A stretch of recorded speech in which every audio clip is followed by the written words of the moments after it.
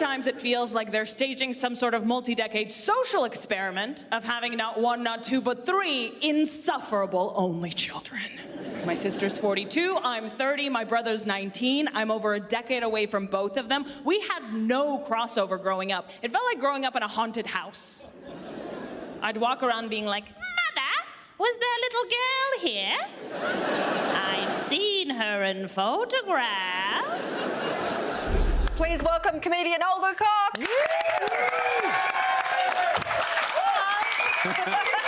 We will get to your family a little in just a moment, but first, this is your third time in Australia.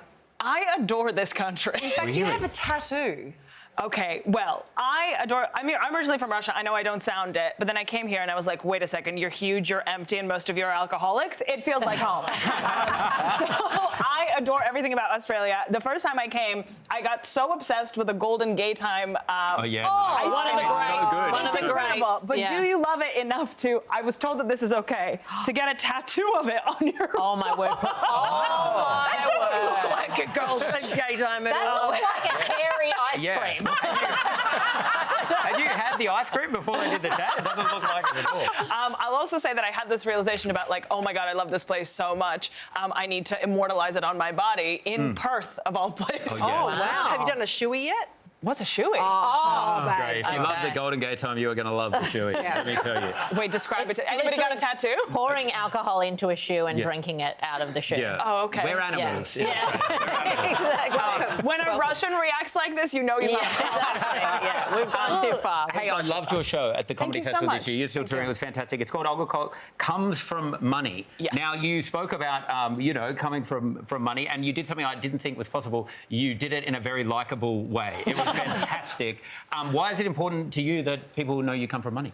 Well, I think we don't talk about it enough because, growing up rich is a hereditary condition. And it affects up to 1% of people. So true. So true. It's important to talk about. I'd say the way that I open the show is I say that it's the hardest thing I've ever done, which should give you an idea of how easy my life has been. And I just think it's really important to talk about privilege because not talking about it only benefits people who are privileged. And also, having lived in Russia, the UK, and the US, you could really see how differently people approach money, and that's just a really interesting topic. Well, in Australia, coming from money means having an above-ground pool in the backyard and maybe a Weber barbecue. Absolutely. That's How much money are we talking about when it comes to your family? Can you get your bank account right now and show the nation? Who's nearest dollar? I knew this was going to happen. I'll say in Russia, money means you sort of like won the lottery. It's something that like people just get lucky. And in America, where I lived, it's more like people who work hard, right? But even if you work hard selling vapes to children. And now I live in the UK, where money just means that your dad had money. So it's just such an interesting cultural difference. And I guess if you've ever seen an upper class person in the UK, they're very ugly, aren't they?